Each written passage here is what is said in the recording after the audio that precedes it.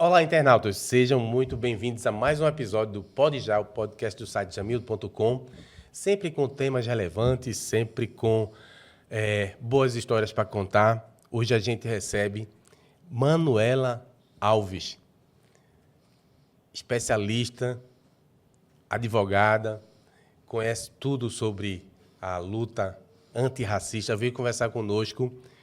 Advogada, professora universitária e mestre em Direito pela Unicap. Seja muito bem-vinda.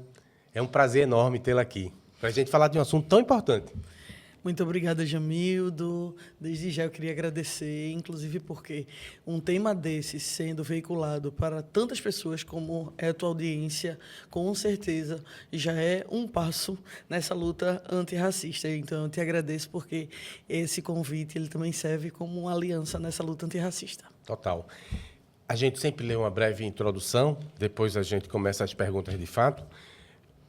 Manuela Alves foi a primeira mulher negra a assumir a diretoria da OAB Pernambuco, exercendo o cargo de secretária-geral no triênio 2022-2024 e atualmente ocupa o cargo de diretora tesoureira. Manuela também presidiu a Comissão de Igualdade Racial da OAB-PE e foi a primeira mulher negra nomeada conselheira seccional. É diretora executiva do Instituto Enegrecer, um negócio de impacto social que auxilia instituições públicas e empresas privadas de diferentes ramos a se tornarem ambientes organizacionais mais inclusivos com informações, ações institucionais e construção de políticas de diversidade. Eu começo por aqui, porque a gente olha muito os Estados Unidos, né? E o que a gente assistiu recentemente foi que chegou o Trump com uma nova orientação na Casa Branca e todas aquelas empresas que tinham política de diversidade simplesmente recuaram. Ou seja, era só de fachada. Eu não sei se começo bem perguntando por aí, mas acho que você deve estar percebendo. Graças a Deus, no Brasil, não chegou tanto esse movimento, mas lá fora é inacreditável, inclusive grandes plataformas. Como é que a gente pode lidar com isso? Como é que você recebe esse tipo de coisa? Pois é, Jamildo, a gente tem um movimento corporativo que vem exatamente, né, dessa lógica dos Estados Unidos de começar a desconstruir essas políticas. Mas eu acredito que é uma lógica muito dos Estados Unidos. E por que eu estou dizendo isso? Porque, inclusive, o nosso arcabouço, né, legislativo, o nosso ordenamento jurídico, ele tem muitas legislações que protegem as populações vulnerabilizadas. E não só na esfera pública, mas também na iniciativa privada. Então, assim, para a gente, como você falou, o desmonte ele não foi tão intenso porque, quer queira, quer não, nossas leis continuam em atividade. E eu acho que a gente está num momento onde, de fato, a gente tem se desvencilhado de seguir os Estados Unidos. Então, assim, isso que está de acordo com valores constitucionais e que tem tantas legislações como o Estatuto da Pessoa com Deficiência, Estatuto da Igualdade Racial, tantas leis que defendem a equidade de gênero, elas não vão cair e elas não vão deixar de ter efetividade. Aqui as organizações sabem disso e as gestões comprometidas e sérias entendem o quanto de ganho a gente tem quando investe e valoriza a diversidade. Ainda é uma grande realidade. O Instituto Enegrecer, por exemplo, trabalha em organizações tanto públicas, né? A gente já deu formações para tribunais, a gente já deu formações, né, para esferas públicas, secretarias de cultura, secretarias de diversas pautas, porque quando a gente fala de combate à opressão, isso está em qualquer pauta, né, Jamildo? Com assim certeza. como também iniciativa privada. Em empresas de todos os setores. E eu estou dizendo isso porque quando a gente fala de combate ao assédio, valorização da equidade, políticas que são políticas de inclusão, todo ramo de empresa precisa disso, porque, infelizmente, a gente fala de opressões que são estruturais. Exato, e você precisa desaprender, né? Você falando aí, me lembrei, a gente conta muito caso aqui, fique à vontade para contar, viu? Eu estava numa viagem que o Jornal do Comércio me mandou lá para o interior, uma visita, eu acho que era de Temer, sim, numa Caruaru, ali no interior de Caruaru, tem uma barragem, Chucazinho. E aí, um calor danado, porque lá em cima da barragem, inclusive, tempo seco, né? O sol forte, tudinho. E tinha a inauguração em si, ia ter um púlpito onde ele ia falar, e as pessoas corriam, as pessoas não, os jornalistas corriam, como eu corri, antes para estar bem posicionado. Para quando ele começar a falar, eu gravar, tá ali em cima, poder fazer pergunta tudinho. E aí o pessoal da televisão muito folgado. E o que é que faz? Sempre chega empurrando. E eu tava lá e lá fiquei. Aí eu me lembro de um repórter lá da televisão local, conversando com o câmera dele. Tem um senhor aqui que não quer me deixar trabalhar. Eu pensei comigo, mas rapaz, cheguei aqui cedo, levei sol. Será possível que eu vou ter que abrir para tu fazer tua imagem, né? Mas o tom era de preconceito. Porque eu sempre tive esse cabelo branco aí, desde cedo. Aí dói, você percebe o preconceito. Quando você sente na pele, aí dói, né? É incrível. Então, seja por cor, por idade, por qualquer um deles, não é bacana. E tem outra experiência que eu assisti em loco. Eu fui para Berlim. A gente estava lá conhecendo o Museu do Holocausto e você vê aquelas fotografias horrendas todas aí. A questão, né, do Holocausto choca qualquer um. Mas não vou me lembrar do nome do arquiteto, mas ele foi de uma, assim, sagacidade. Ele apresenta tudo que já se conhece, as imagens, os presídios e tudo, mas a saída do museu não é uma saída qualquer. Você sai numa praça, e a praça, até chegar ao nível da rua, é um grande labirinto. Então, você veja, em 15 segundos, 30 segundos que você fica preso, você sente o horror. Aí você imediatamente pensa assim, poxa, imagina aquelas pessoas que estavam à espera da câmara de gás, que morreram na câmara de gás. Quanto não deve ter sido difícil a vida. Quando você sente na pele, é complicado. Tem um conceito nessa área, viu, Jamildo, que a gente chama de empatia, que é essa ideia de, tipo, você se colocar no lugar do outro. Mas colocar no lugar do outro é impossível, né? Mas não veja, num mundo tão hedonista, como é que isso é possível? Pois é o que eu estou dizendo, é totalmente impossível. Mas em algumas situações, quando a gente está no local de vulnerabilidade, por fatores outros, a gente bate uma consciênciazinha. E eu acho que o que você traz é tão importante, porque às vezes a gente não consegue se ver naquele espaço. Parece que a gente não vai envelhecer. Parece que a gente nunca vai sofrer discriminação. E, assim, essas opressões, elas são opressões que estão em todos os espaços. E, por exemplo, um pai e um filho, se na rua, como aconteceu, né, na Orla de Salvador, um pai e um filho que estão caminhando na orla e se forem confundidos com um casal gay, podem sofrer uma surra. Veja, você é hétero, porém, você foi confundido. A gente tem uma sociedade que é doente nessa perspectiva.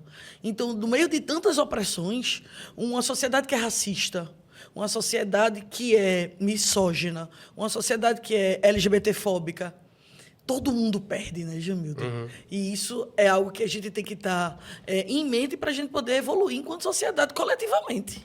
E você, pela experiência que você acumula, não é pequena, dá para dizer que a internet ou as redes sociais, em vez de colaborar, acabam prejudicando mais ainda, dando espaço para que vá mais longe esse tipo de comportamento? Eu posso dizer que tudo depende do uso, indiscutivelmente. Agora, nos últimos tempos, a gente sabe que a gente teve uma potencialização de casos de discriminação que estão sendo fomentados exatamente através da internet.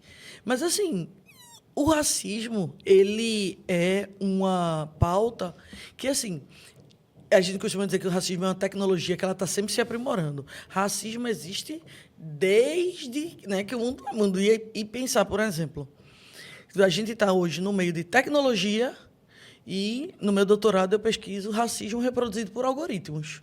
Ou seja, ou seja, hoje a gente pensa numa tecnologia, num avanço que, teoricamente, é para promover muitos benefícios para a sociedade, e a gente, como somos pessoas, produzimos racismo. Quando a gente usa o algoritmo, a gente ensina ele a ser racista. Ou seja, a IA já vem com o viés racista? Ou... Na verdade, a gente alimenta esse viés. O algoritmo, na verdade, ele nasce porque ele sem viés. Ele sai raspando. Mas quando eu vou alimentando os dados, eu vou alimentando com as minhas preferências, eu vou alimentando com a minha forma de ver o mundo. E aí, daqui a pouco, esse uso de IA, ele é um uso totalmente enviesado. E numa sociedade que tem valores, infelizmente, racistas, preconceituosos, LGBTfóbicos, misóginos, a gente vai ver a tecnologia reproduzindo esse tipo de discriminação.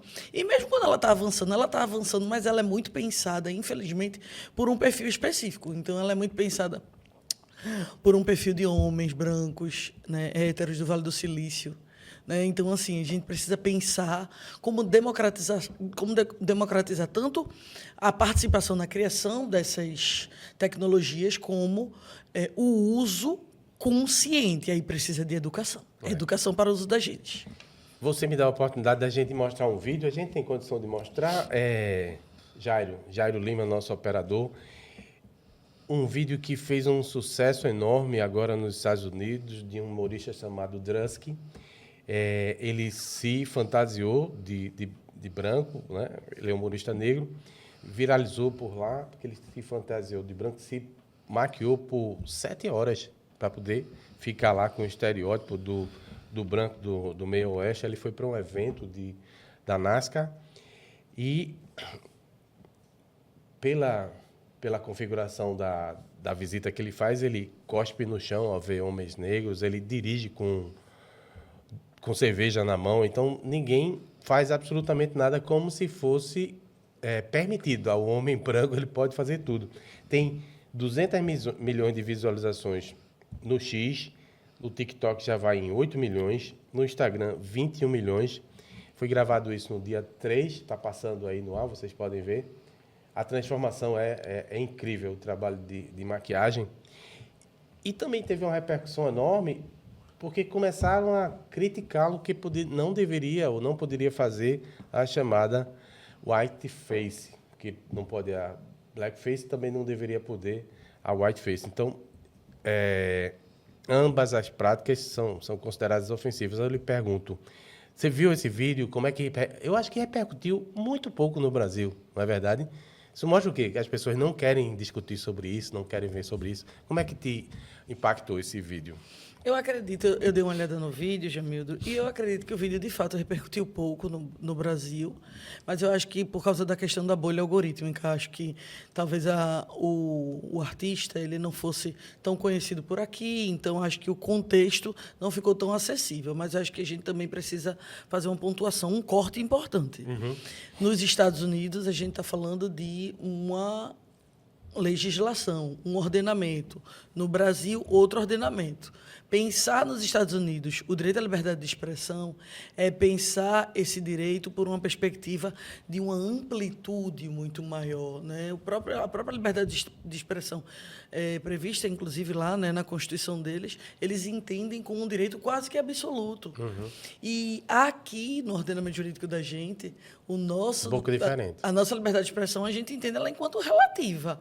Inclusive, em situações de colisão, né, de direitos, esse direito ele talvez possa, em colisão, ser colocado com menos intensidade do que outro direito que possa ter uma maior relevância a depender da situação.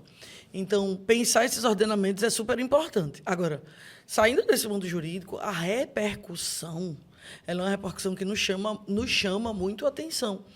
Porque, quer queira, quer não, a gente percebeu uma reação de muitas pessoas rindo, achando o vídeo ótimo, outras pessoas dizendo que a gente tem ali um caso de racismo reverso. Para a gente, racismo reverso não existe. Aí já é uma primeira coisa que a gente precisa desconsiderar. Racismo reverso é um conceito que não existe. Inclusive porque, para sofrer racismo, você precisa ter um histórico de opressão dentro, né, da raça a qual você faz parte. Então, assim, não existe racismo reverso, ou seja, botar uma pessoa branca para sofrer racismo, né? Isso é importante que a gente atente. Agora, se o vídeo tem algum conteúdo discriminatório, primeiro que nos Estados Unidos a avaliação seria outra. Mas no Brasil, por exemplo, um caso de discriminação, ele precisa ser olhado no caso concreto, né? Não num tom de racismo reverso, indiscutivelmente, porque para a gente isso não existe, mas se houve algum teor de discriminação, para a gente é importante a gente pensar os impactos disso, indiscutivelmente, né? Principalmente qual é o limite do humor. Uhum. que também é uma discussão aqui que a gente tem levado de forma muito intensa, né? Qual é o limite dessa pegada humorística, inclusive pensando no racismo recreativo, né? Esse racismo de brincadeira. Você fala do Léo Lynch, o que é que você poderia dizer? Perfeito. Quando a gente fala do Léo Lynch, a gente fala exatamente de um humorista, né? Se coloca como um humorista, e que, em suas práticas, eu acho que ele é muito intenso nas colocações que ele faz. E, assim, de tão intenso, em consonância com o ordenamento jurídico brasileiro, chegou a ser condenado, né, por muitas colocações que são colocações lidas como racistas, né, entendidas como racistas, das quais, inclusive, eu me vinculo. Entendo que também as brincadeiras dele não são brincadeiras, inclusive porque, quando a gente fala de racismo recreativo hoje, racismo recreativo, por muito tempo, sabe, Jamildo, foi uma forma de liberar pessoas de responder pelos seus atos. Era aquela história: um ato racista, a pessoa falou alguma coisa, o próprio magistrado, o próprio direito, a própria justiça, que é feita, em sua maioria, por magistrados e magistradas brancos e brancas, e por muito tempo, sem que a gente tivesse esse letramento racial. Era tolerado, né? Exatamente. Não, isso é uma brincadeira. Não, isso é uma brincadeira. Hoje, racismo recreativo, inclusive, é causa de aumento de pena na lei de racismo. E ele é muito focado de que racismo recreativo, ele precisa ter como vítima as pessoas que fazem parte de um dos grupos socialmente vulnerabilizados. E, a partir daí, sim, a gente entender que essa pegada, né, essa roupagem de humor, pelo contrário, ela piora, porque ela estereotipa ainda mais e acaba fortalecendo, né, uma lógica racista que já é estrutural na nossa sociedade. Eu não sei se foi esse mesmo rapaz, mas teve uma piada que eu achei de um extremo mau gosto.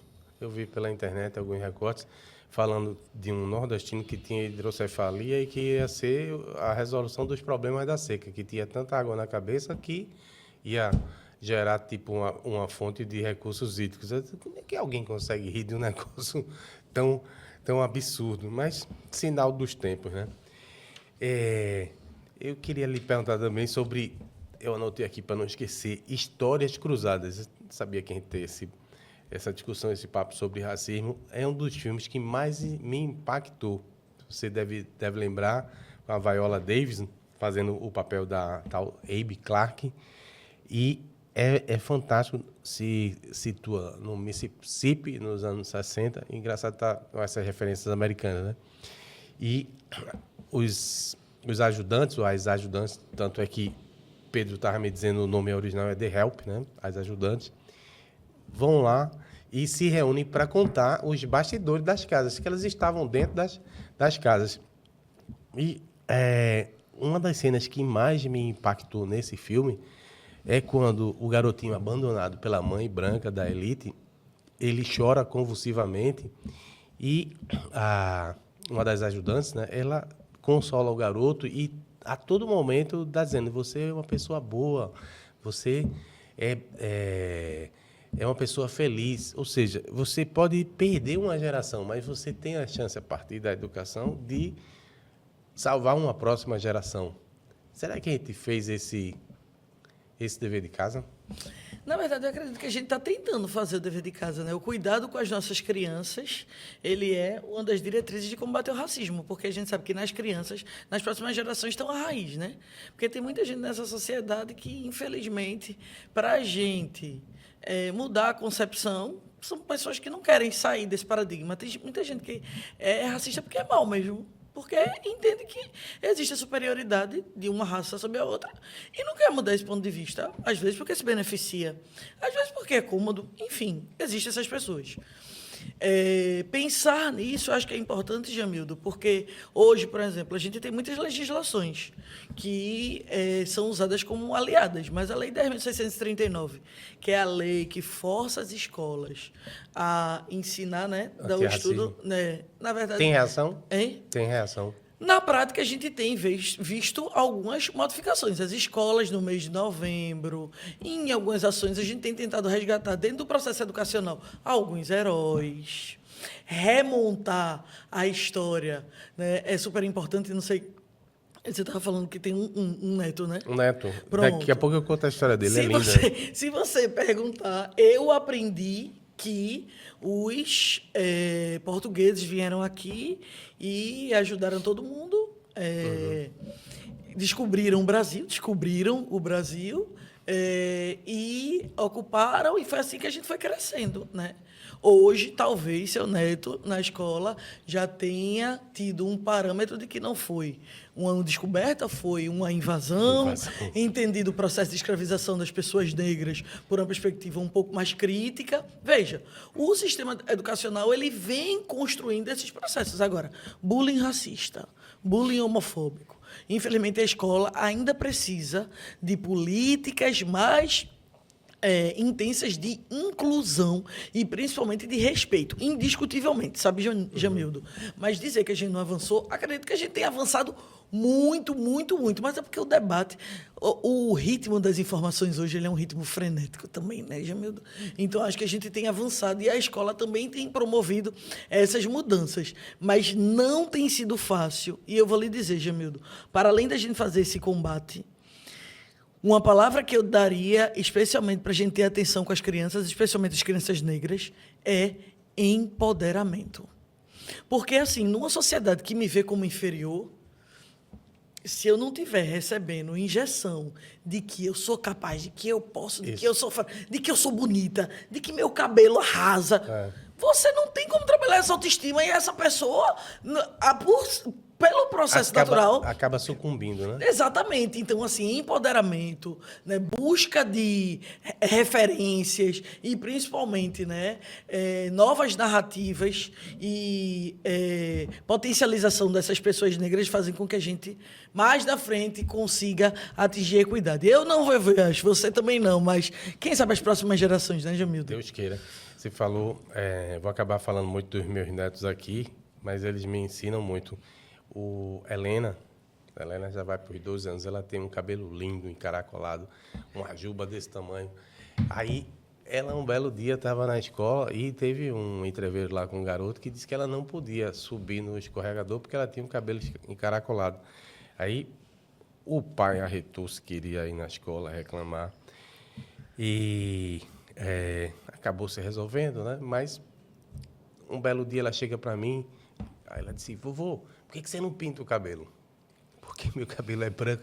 Eu acho que ela associa a proximidade com a morte, né? Quando vê o cabelo muito branquinho, tá prestes à morte. Eu entendi assim, ela me quer mais tempo aqui, pinta o cabelo que você fica mais tempo aqui. Aí, a gente conversando, senta aqui. Olha, tá lembrado do dia que o garoto disse que você não podia brincar no escorrego, que você tinha um cabelinho colado, que ela tá. Como é que você sentiu? Você é muito mal, né, vovô? Pois é. O cabelo não nos define, você falou aí, o cabelo não nos define. O que vai acontecer é que eu vou virar uma estrela, vou viajar para outro plano, mas de lá de cima voltar, né, cuidando de você. De maneira que... Jamildo, que história bonita. Ué. Eles têm muito a ensinar a gente mesmo. E Miguel, eu me acho assim, com a incumbência, porque sou homem, né, de transformá-lo num garoto gentil. Ele é muito forte para os 4 anos. E ele dá porrada nos meninos todinho na escola. Eu fico preocupado que ele não seja um homem gentil. Aí, busco me aproximar, busco ser uma boa referência. Aí, recentemente, me deixou muito encantado porque não está mais no convívio da família, né? A babá dele, até os 3 anos, chama Dailza. E ela é uma mulher negra. E ele fez a mãe trazê-la para visitá-lo, porque ele estava morrendo de saudade. Você veja que a tal da educação é que fode tudo. Se você não tiver uma educação decente, você pode não ser um homem decente, vamos dizer assim, né? Você deve ter muito mais história para contar sobre isso do que eu. Na verdade, a gente tem todos os dias, né? Porque a gente vivencia isso na pele. Então, acho que... Qual foi a que mais te impactou? Veja, eu vou trazer uma narrativa bem pessoal, na verdade, né? Quando foi que eu descobri, apesar de ter descoberto, não tinha atentado para isso. Na escola eu ainda aprendi a história do descobrimento do Brasil. E eu fui levando, né? Vi a história da escravidão e eu tinha muita vergonha, porque é uma cor negra. E os negros, todas as pessoas escravizadas, aí eu, caramba! Aí teve uma Feira da Cultura. Nessa Feira da Cultura, disseram assim, olha, algumas pessoas do colégio, algumas pessoas vão fazer papel de pessoa escravizada e outras vão fazer papel de sinhá, e outras vão fazer outros papéis. Quando disseram que eu ia fazer o papel de uma mulher escravizada, eu sorteei. Veja, não, vou não. Conversa é essa? Vou não. Mas, Manuela, velho, pela tua conta, vou nada. Vou não, quero não. Qual era a idade? 14? Eu acho que não, acho que eu tinha muito menos, acho que eu tinha uns 8, 9, uma coisa bem. E para mim aquilo foi muito difícil. E assim, se eu te disser que eu refleti sobre aquele processo, não tinha maturidade para refletir sobre aquele processo. E eu me lembro que foi feito um sorteio. Para achar uma candidata? Sim. Uma outra candidata, no caso. E aí uma das meninas que era muito branca acabou no sorteio tendo que fazer o papel de uma mulher escravizada. E aí foi a maior confusão, pererê parará. E o pessoal dizendo, mas Manuela, veja só, isso é uma coisa que eu nunca esqueço, sabe? Porque ali, numa fase escolar, eu fui confrontada com a minha negritude e, assim, era muito difícil. Sem você ter um background, porque hoje em dia você tem famílias que ensinam as pessoas os seus direitos. Nessa época, não faz tanto tempo não, mas na década de 80 a gente não debatia muito isso, né, Jamildo? Então, assim, a gente não debatia raça como debate hoje. A minha família é uma família negra, com muito orgulho, mas eu nem cheguei a dizer isso em casa, eu simplesmente disse, não quero fazer, não. Quero fazer mais Feira da Cultura, não quero mais fazer, não, tô fora, e pronto, não fiz. E ali foi um dos momentos onde eu pulei fora, me abstive, não confrontei e não entendi. Qual é o peso de dizer eu sou negra e tenho orgulho disso, da minha cor, da minha raça, do meu cabelo, do meu black? Assim, não foi um momento onde eu pude fazer aquilo, a conjuntura não autorizava, né? Tipo, o mundo não era o mundo que é hoje, né? Onde eu chegasse, o meu cabelo, que é um cabelo, né, que não cumpre o padrão, né? Eu uso black e tudo mais, meu cabelo, ele destoava, e eu não usava ele black. Hoje eu me sinto potente. Não é, então assim, hoje eu uso turbante, hoje eu tenho maior orgulho, mas assim, na época não era. E assim, eu me senti muito envergonhada naquele processo, né? Então, para chegar até aqui, tem um livro, sabe, de Neuza Santos Souza que diz Tornar-se Negro.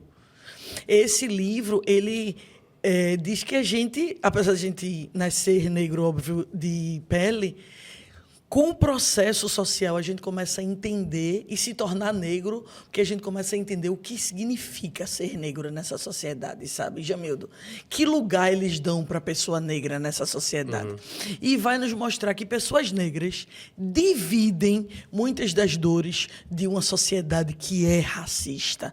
Aquela ideia de que a gente tem que ser o melhor, porque se a gente não for 3 vezes melhor, a gente não chega nem a equiparar, a gente sempre está sendo testado, a gente sempre vai ver nossos traços, né, sendo pautados na sociedade como traços feios, como traços, né, ligados a tudo que é vulnerabilizado, né, estando à margem.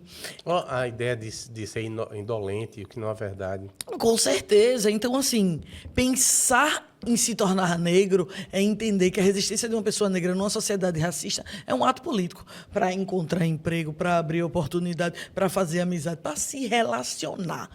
Que é uma besteira, a gente pode pensar um casamento interracial, mas se você fala com uma pessoa que se relaciona, uma pessoa branca se relaciona com uma pessoa negra, e uma pessoa negra se relaciona com uma pessoa branca, né? Você vai ver que aquela relação, hoje em dia, 2025, importa desafios, sabe? Assim, que são narrados amplamente, né? Se nasce um filho, por exemplo, como tem uma amiga minha, nasce um filho que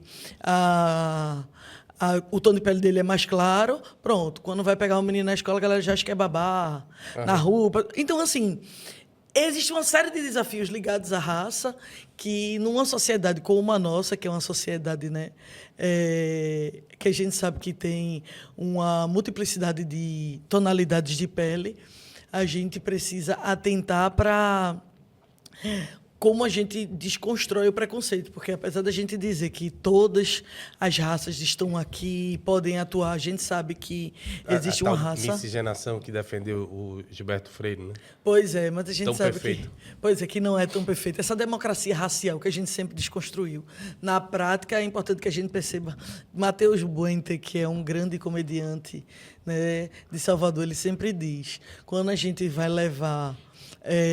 quando, por exemplo, uma entidade policial faz uma abordagem, quando o sistema, né, de saúde nos nega acesso, quando a escola permite e fecha os olhos que a gente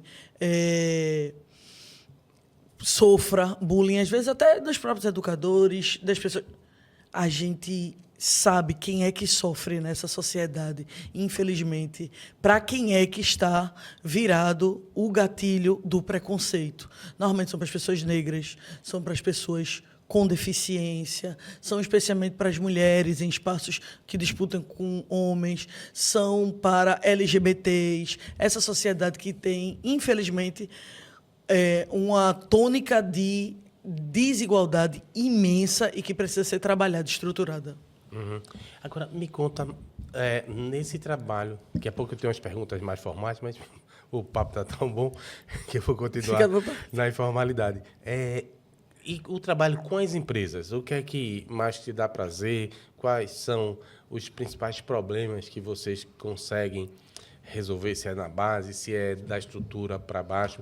Fazendo um paralelo aqui com o trabalho maravilhoso das meninas do Banco Vermelho, que você deve conhecer. A gente já teve a oportunidade de entrevistar, em que elas vão para os canteiros e dizem para os empresários, e algumas empresas, uma delas em especial, teve um acolhimento enorme, dizendo assim, não, a gente quer que vocês nos ajudem, porque isso aqui está errado, a gente não quer ninguém, né, oprimir as mulheres dentro da nossa empresa, porque o machismo, se for levado à última instância, acaba matando as mulheres, né?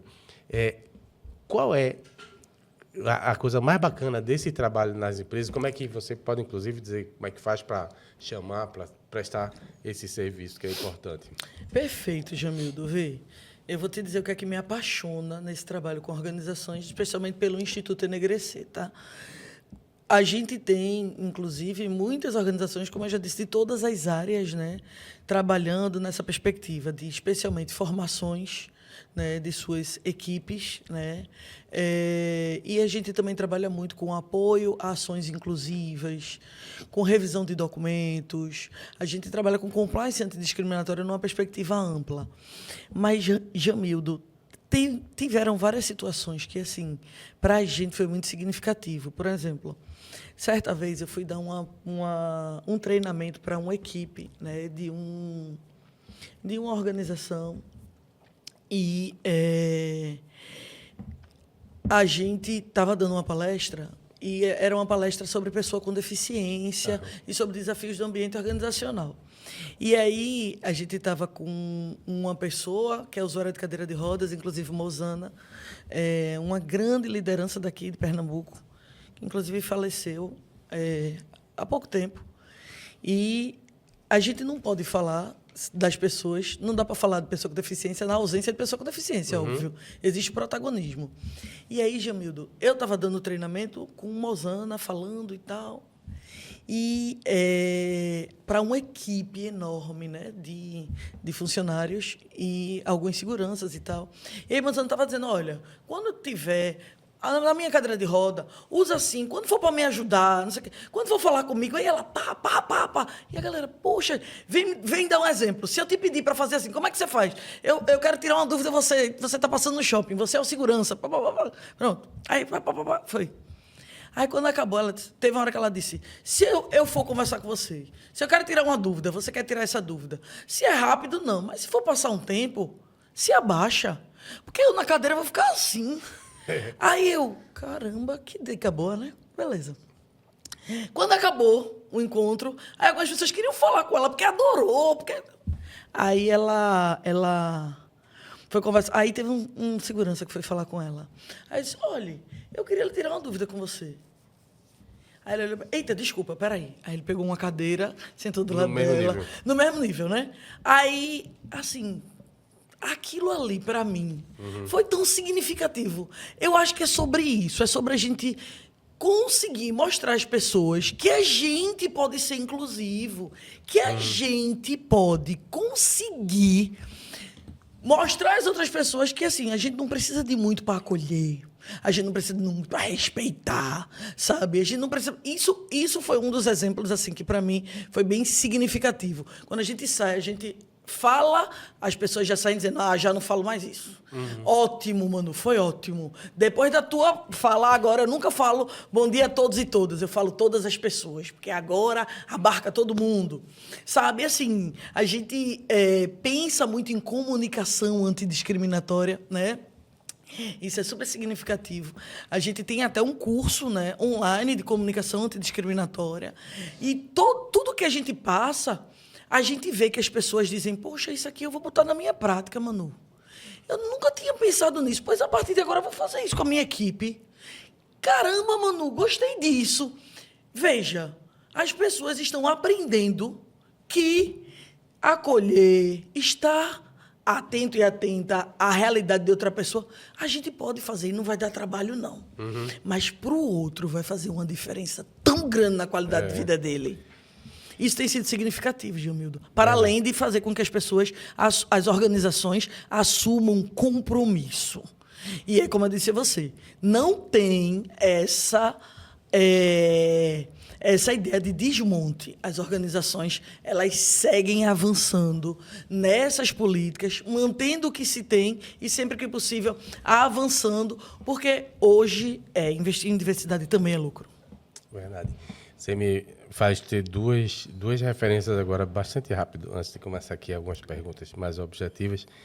Quando você falou aí de ajoelhar, eu lembrei da Disney. Não sei se tu sabe, mas a orientação do Walt Disney para os funcionários, em especial os que lidam com as crianças, quando estiver interagindo com as crianças, é se ajoelhar. Por quê? Você já tem aquele ser pichototinho. Se você fala lá de cima, é um gigante. Aí você desce ao nível deles, isso é respeito. Interage, né? Exato.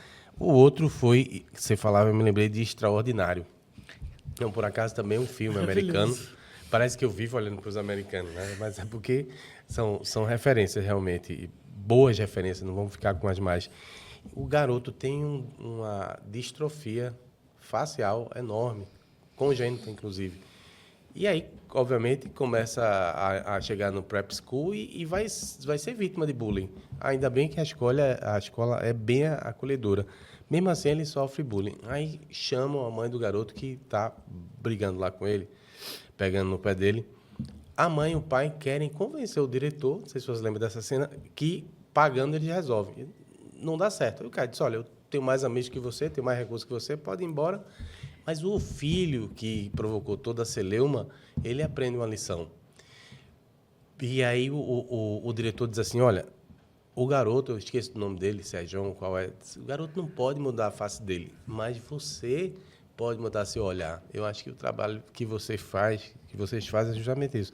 As pessoas podem, pela educação, mudar o olhar. E isso é que faz a gente evoluir, né? Enquanto gente. Exatamente. Não foi uma pergunta, foi só uma observação. Eu falo demais. Como você define o racismo estrutural no Brasil? Quais são as suas principais características? O racismo estrutural, na verdade, é aquele que está entranhado, como a gente fala nas estruturas, mas eu estou falando, é o que toma conta, por exemplo, das casas legislativas, é o que toma conta hoje faz com que a gente tenha, por exemplo, no judiciário, mais pessoas, né, brancas ainda. O racismo estrutural, ele é o que constrói essa sociedade, e em todos os espaços de poder nós temos mais pessoas brancas do que pessoas negras. E veja, quando os espaços não são de poder, são espaços de vulnerabilidade social, a gente tem mais pessoas negras. Por exemplo, sistema carcerário, nós temos mais pessoas negras, né? Quando a gente fala de espaços de vulnerabilidade, a gente vai identificar mais essa população negra. E por que isso? É herança de um processo escravocrata, onde a gente sabe que as pessoas estavam ali né?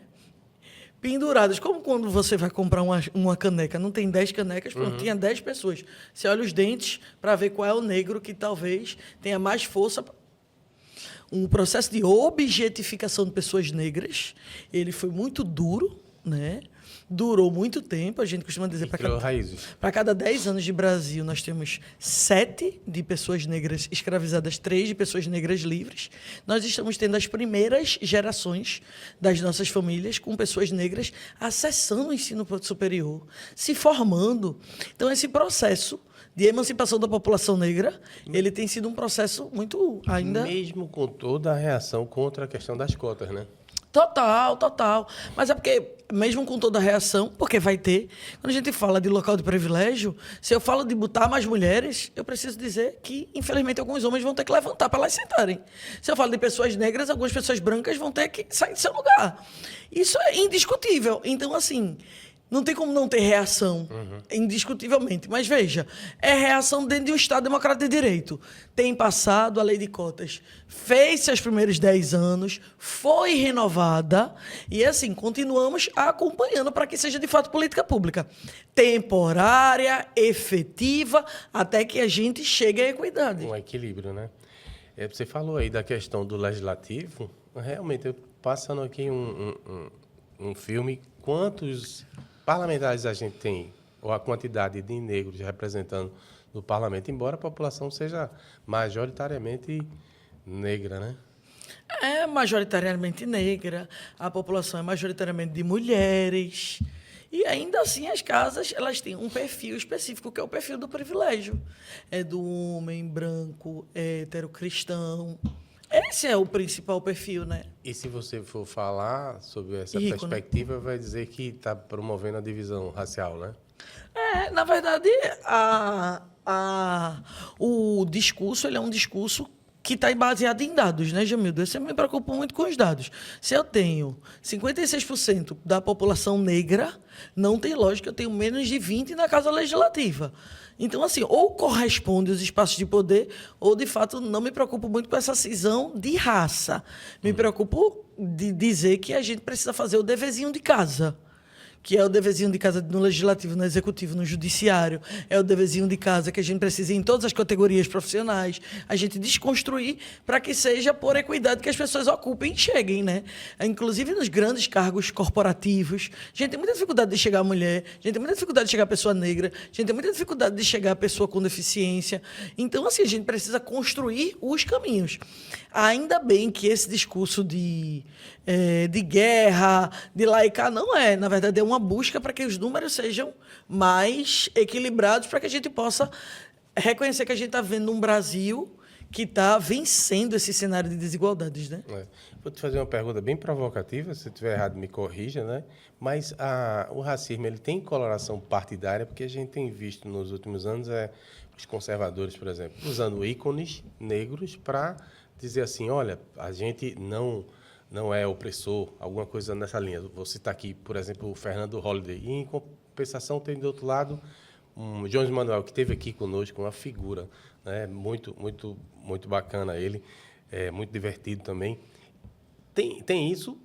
A política acaba atrapalhando a questão do movimento racial? Não acredito que a política acaba atrapalhando. Eu acredito que a política acaba ajudando o processo político, tá? Quando você traz para o político partidário, aí a gente vai entender que, de fato, o combate ao racismo, ele precisa estar em todas as pautas. Se ele é estrutural, ele precisa ser compromisso de todos os partidos. Infelizmente, a gente sabe que não é. Mas a questão partidária no Brasil, ela ainda é uma questão muito complexa, né? A gente vê partidos que, às vezes... O povo troca de camisa como troca de partido. Isso é um complicador, indiscutivelmente. Mas, assim, eu acredito muito que a gente ainda tem esse combate ao racismo feito de forma mais intensificada por partidos mais alinhados ao que a gente entende como esquerda dentro de uma lógica brasileira, né? Quais são as principais manifestações do racismo no cotidiano das pessoas negras no país? Qual é o papel do sistema jurídico no combate ao racismo e quais são os maiores desafios nessa área? Eu vou citar aqui, guarda na cabeça a pergunta. Tá. Metrô, eu tenho uma maior bronca com o metrô do Recife. Se ele fosse usado pela elite branca, ele era a porcaria que é. A gente tem Eu alguns... fui muito rasteiro agora. Não. Acho que a gente precisa entender. A população negra é quem faz mais uso de transporte público, indiscutivelmente. E, assim, entender isso é entender onde é que está a parte da população mais vulnerabilizada. E acaba não sendo uma prioridade para quem, de fato, né, tem... para quem de fato está no poder e não vivencia essas situações. Então, assim, as pessoas negras elas têm desafio em vários espaços. Se você parar para ver, né, indiscutivelmente, quando a gente fala de pessoas negras, a gente está falando de uma educação que é muito mais complexa. Por exemplo, eu estou doutoranda, né? No doutorado é muito difícil você ver pessoas negras, né? Até em nível de mestrado mesmo. Eu era a única negra da minha turma. Agora, o doutorado tem eu e mais uma pessoa negra. Então, assim, quanto mais alto o índice, o nível que você chega de estudo, menos pessoa negra você encontra. Isso vai ser na saúde, na educação. Quantas vezes você foi consultado, né, por um médico, você foi para uma consulta com um médico preto? Né? Preto retinto, muito difícil, né? Então a gente começa a ver que na saúde, na educação, a ascensão a essas carreiras é muito difícil, e às vezes até o acesso, né? Porque já parte de uma desigualdade, né? Sim. Diz que fala-se em meritocracia, mas já parte de uma condição de desigualdade enorme. De que forma o racismo afeta o acesso das pessoas negras a direitos fundamentais, como educação, saúde e trabalho? Que a pesquisa recente sobre experiências de discriminação racial revela sobre o impacto do racismo na vida das mulheres negras, especialmente das mulheres negras. Quando a gente fala, de fato, de impacto do racismo, a gente está falando de impacto de saúde mental mesmo, né? A gente está falando de dificuldade de autoestima, a gente está falando de retirada de oportunidades, e oportunidades de emprego. A gente tá falando, inclusive, numa área de ciência, né, de medicina. A gente está falando que a gente precisa de um olhar diferenciado, né, na área de saúde. Por exemplo, tem algumas doenças que elas são mais atinentes à população negra, né, como anemia falciforme, como hipertensão. Pensar isso para a gente é significativo. A gente precisa de um olhar especializado em todas as áreas. Quando a gente fala de educação, mesmo que a gente fale de cotas, hoje a gente entendeu que botar pessoas negras no sistema de ensino não significa dizer que elas vão conseguir se manter. Então, hoje a gente já fala de cotas, mas ajuda para que essas pessoas consigam concluir. Uma jornada de 5 anos é muita coisa, né? Com passagem, com alimentação, com livro, com tudo, né? Então, assim, pensar nisso é pensar em uma série de situações que a gente precisa ter atenção. E, principalmente nas mulheres negras, que a gente está falando de interseccionalidade. Aí a gente vem com Carla Cotirene dizendo que você sofre racismo duas e misoginia. Né? Exatamente. Então, a gente tem um preconceito ainda maior e um desafio ainda maior de mulheres negras que, lembrando, Jamildo, estão na base, né, da pirâmide. Se a gente tem homens negros, homens brancos, mulheres brancas, homens negros e mulheres negras, é quem recebe os piores salários, é quem tem as piores condições de trabalho. E, na base dessa pirâmide, são quem mais sofre, né? E aí, curioso que a religião podia ser uma válvula de escape, e aí também tem o preconceito com a religião, né? Total, infelizmente. Na verdade, assim, quando a gente fala de religião, a gente precisa entender qual religião, né? Mas religiões, hoje, na verdade, elas têm... Eu falo de matriz africana. Quando a gente fala de religião de matriz africana, a gente precisa pensar indiscutivelmente... por exemplo, a religião de matriz africana é uma religião matriarcal. Então, a gente tem essa mulher negra... Aí já vai brigar com o machismo. Exatamente. A gente já tem uma religião com outras construções. Mas, principalmente, não só, né? Mas, por exemplo, as religiões que a gente fala, né, do cristianismo... Eu não gosto de entrar muito em religião, porque eu acho que religião é uma coisa que é muito... Cada um tem a sua. Mas a gente tem muitos ditames, né, dentro das religiões cristãs que trazem o papel da mulher como um papel que, muitas vezes, hoje... não está em consonância com muitas das lutas que a gente avançou para ter, né? Você falava aí, eu lembrei aqui da NBA e da WNBA. Você vai dizer, rapaz, esse Jamildo é maluco. Como é que ele vai falar de racismo e vai trazer NBA? você não sei se acompanha, mas veja, até um certo tempo, acho que era 40, 45, 50, não era admitido o jogador negro. O que você vê hoje é uma evolução. Só os brancos jogavam. Você acredita? Aí quando e o Harlem Globetrotter, que vai estar por aqui em breve, eles foram precursores, porque eles saíam jogando de cidade em cidade e mostrando, nós podemos enfrentar os brancos e nós podemos ganhar. Hoje em dia, a porcentagem de branco é mínima. Agora, também a WNBA, que é das mulheres, não se aceitava que as mulheres jogassem. E daqui a pouco eles estão jogando, tem um campeonato delas e é tão bacana quanto dos homens. Ou seja, você pode fazer o que você quiser. Pra dizer, se já me deu um americanófilo, mas não, é porque realmente você tira lição bacana de tudo que é lugar. Bem, a gente já está se dirigindo aqui para os finalmente, temos ainda 10 minutos para bater um papo. Queria pedir para você que não acompanha ainda o podcast do Jamildo, pode já dar um clique lá para receber as notificações, ajuda a gente seguindo o canal. A gente vai ficar muito satisfeito, muito feliz, não paga nem imposto. Vou falar sobre perspectivas e desafios futuros. Como a senhora enxerga o futuro do combate ao racismo no Brasil? Quais são as prioridades para os próximos anos? Tipo uma agenda política, uma agenda legislativa, o que é necessário para não deixar de fazer? Então, Jamildo, eu acredito que a gente precisa primeiro pautar o combate ao racismo nas instituições de ensino. Como eu falei, a Lei 10.739, para mim, ela é farol.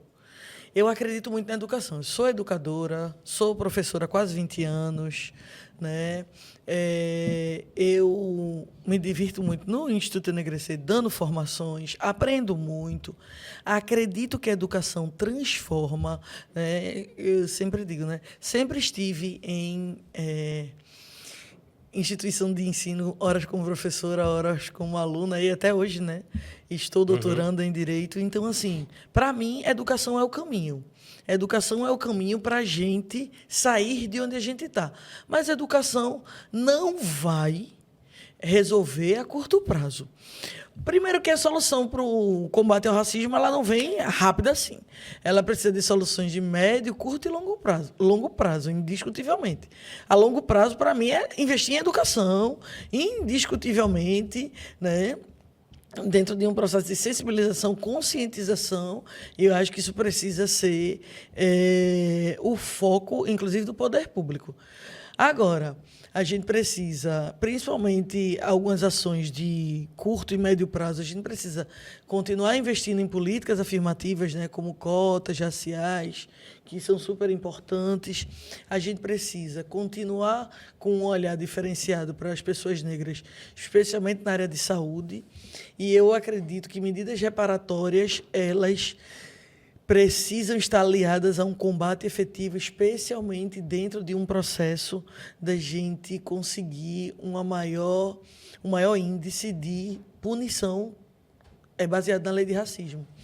Infelizmente, a gente tem poucas pessoas, né, que acreditam, de fato, na punição do racismo. E aí eu estou falando de todas as raças. Racismo, infelizmente, ainda é um crime que vale a pena. Você veja, até no futebol, que é uma coisa tão popular, né, que eu acho que uma boa parte das pessoas que vai aos campos também tem essa postura. É o pior exemplo, ou o melhor exemplo de como a gente não consegue avançar, até nos campos de futebol. Mas a sensação de impunidade, Jamildo, que precisa acabar. Isso. E só se acaba com essa sensação de impunidade com uma justiça que... Com exemplos. Com exemplos e, principalmente, com um processo, porque aqui quem responsabiliza é o judiciário, né? Indiscutivelmente. Então, a gente precisa de um judiciário cada vez mais forte e comprometido com o combate ao racismo, com a responsabilização. Porque só a responsabilização faz com que a pessoa repense antes de cometer ou antes de reincidir no crime.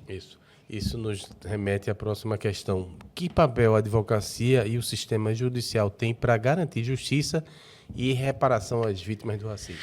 Quando a gente fala de advocacia e sistema de justiça, a gente fala dos caminhos, né, que são os caminhos que a gente entende como caminhos para dirimir conflito.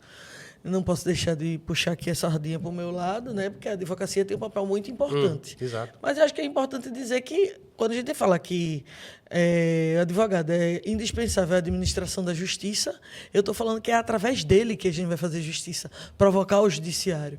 Então, assim, a advocacia, e aí eu posso falar, inclusive, né, enquanto diretora da OAB que estou, né, da OAB Pernambuco, instituições como a OAB precisam estar cumprindo seu papel de Casa da Cidadania, promovendo ações na vanguarda do sistema, né, sendo exemplo, né, indiscutivelmente nas políticas afirmativas. Na nossa OAB a gente tem isso, e principalmente não deixando casos de racismo passar impunes. A gente precisa de uma categoria fortalecida, porque é a gente que provoca o judiciário.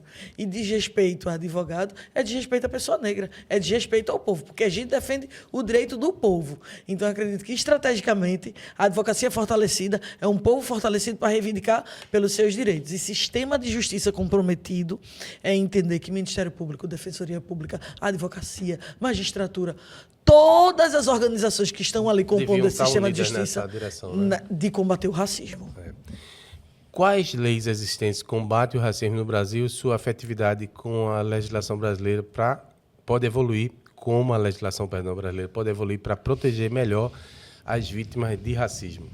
Eu não acredito que a gente precise de novas leis, não. Eu acredito que a gente precisa combater efetivar os crimes. Exatamente. A gente Ou já seja, tem lei tirar de em racismo. prática. Exato. A gente já tem lei de racismo. A gente já tem Estatuto de Igualdade Racial. A gente já tem a Lei 10.639, que é a lei que orienta para o ensino, né, nas instituições de ensino. A gente tem legislações que, se qualquer governante tiver vontade política, já faz um grande enfrentamento ao racismo. E eu acho que o que está faltando mais são pessoas comprometidas com efetivar as legislações que a gente já tem. A gente é um país que ele muitas vezes... Aí, né, vai a professora de constitucional. A gente é um país que a gente precisa muito da legalidade, né? A gente se pauta muito na legalidade.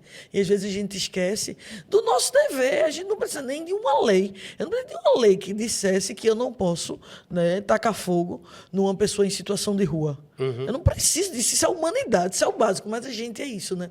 A gente punibiliza, a gente precisa escrever, precisa tipificar a conduta, e mesmo assim a gente tem dificuldade de efetivar. Então, eu acredito muito que o sistema legislativo ele tem legislações extremamente, né, completas, né? Mas a gente precisa ainda de profissionais comprometidos, porque o direito, Jamildo, ele muitas vezes ele está a serviço da opressão. Uhum. O processo de escravização do Brasil estava dentro da lei. Ter pessoa negra escravizada era legal.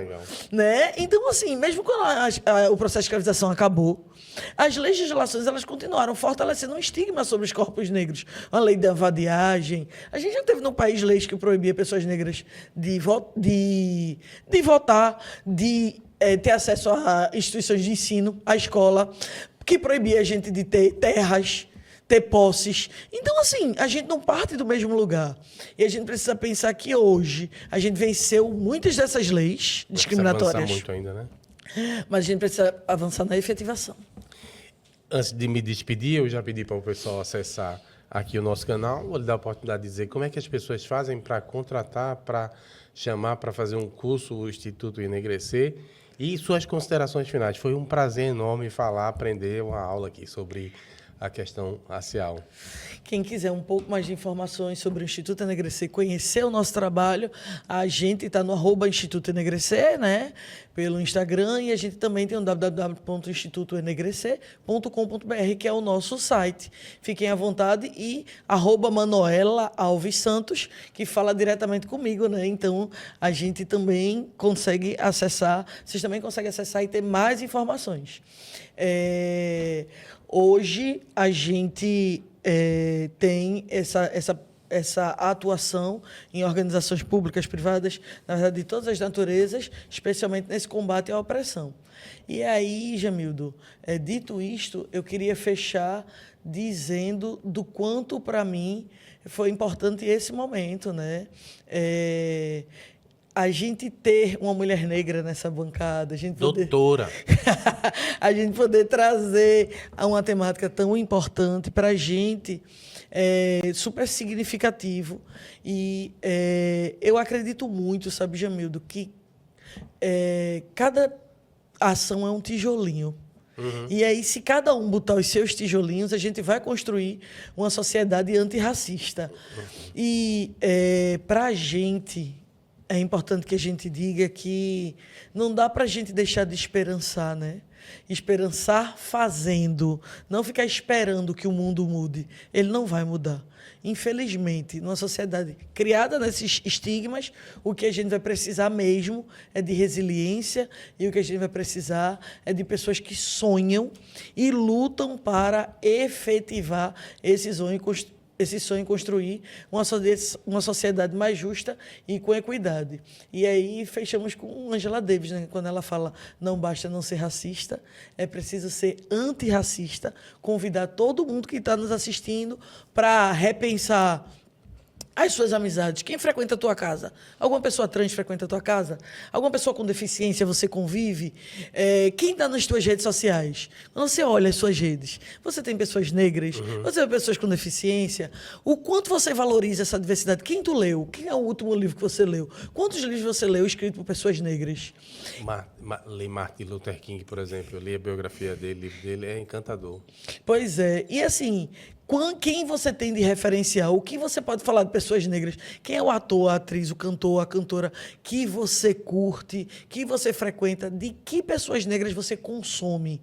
Numa sociedade que precisa se colocar como antirracista, a gente precisa movimentar, a gente precisa ser estratégico para poder incentivar, indiscutivelmente, que pessoas negras tenham espaço, acessem, avancem, né? Não só pessoas negras, como pessoas de várias identidades, como a gente chama, dissidentes. Uhum. Assim a gente constrói uma sociedade com mais plural, equidade, né? Plural, e onde todo mundo possa conviver com oportunidade, com direito, né? Isso. Que eu acho que isso é o básico. Acho que hoje é uma honra poder ter sido apresentada. Queria que você soubesse que aqui sou uma grande fã. Eita, né? Obrigado. E a gente segue sempre à disposição de meios de comunicação que estão comprometidos com a temática que nos é tão cara. Queria dizer à senhora que eu conheço a minha equipe e já vi aqui a manifestação de ter a oportunidade de fazer o curso e abrir a cabeça mais ainda. E eu vou encerrar falando da NBA, que eu sou apaixonado pela NBA, todo mundo sabe o quanto eu amo o basquete. E aí os caras perguntam: você torce para que time? Eu disse: rapaz, eu não torço para time nenhum, eu torço por negão.